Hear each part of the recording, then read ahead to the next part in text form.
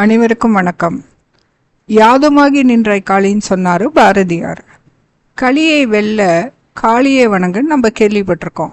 அதாவது இந்த கலியுகத்தை எளிதாகவும் வெற்றிகரமாகவும் கடப்பதற்கு நம்ம காளியை வணங்கணும். அதான் அதோட அர்த்தம்.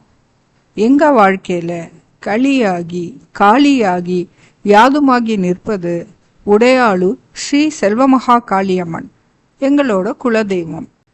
எங்க வாழ்க்கையில மிகவும் தேவையான தருணத்துல எங்களை காப்பாற்றி வெளிச்சத்தை காட்டி இன்றளவும் எங்களை வழி நடத்துறது அந்த அம்பாள் தான்.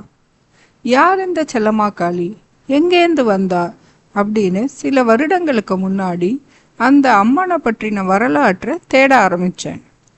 என்னுடைய தேடல் ஆரம்பிக்கும் பொழுது என் மனசுல பல கேள்விகள் இருந்தது. அதற்கான விடைகள் கிடைத்தது. அதை தொகுக்கும் பொழுது மீண்டும் பல கேள்விகள் உருவாச்சு.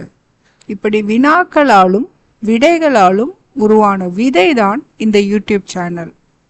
செல்லம்மா காளியை பற்றி ஆரம்பித்த என்னுடைய தேடல் பொதுவாக காளி அவதாரம் பற்றி, இலக்கியத்தில் புராணங்களில் காளியை பற்றி என்ன சொல்லியிருக்கா, காளியை வணங்கிய மகான்கள், ஆலயங்கள், ஆகமங்கள், மந்திரங்கள்னு ஆன்மீக சுரங்கம் இருக்கும் பாதையை நோக்கி திரும்பியது.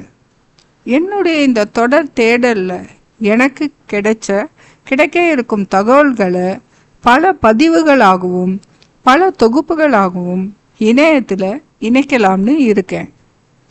தான் வெறும் கருங்கல் சிலை அல்ல, கருணையின் உற்பத்தி ஆலைன்னு நிரூபிச்ச அந்த அன்னையை பற்றியும், கலியுகத்தை காளியுகமாக மாற்றிய அந்த அன்னையின் பல அவதாரங்களை பற்றியும் அறிவோமா?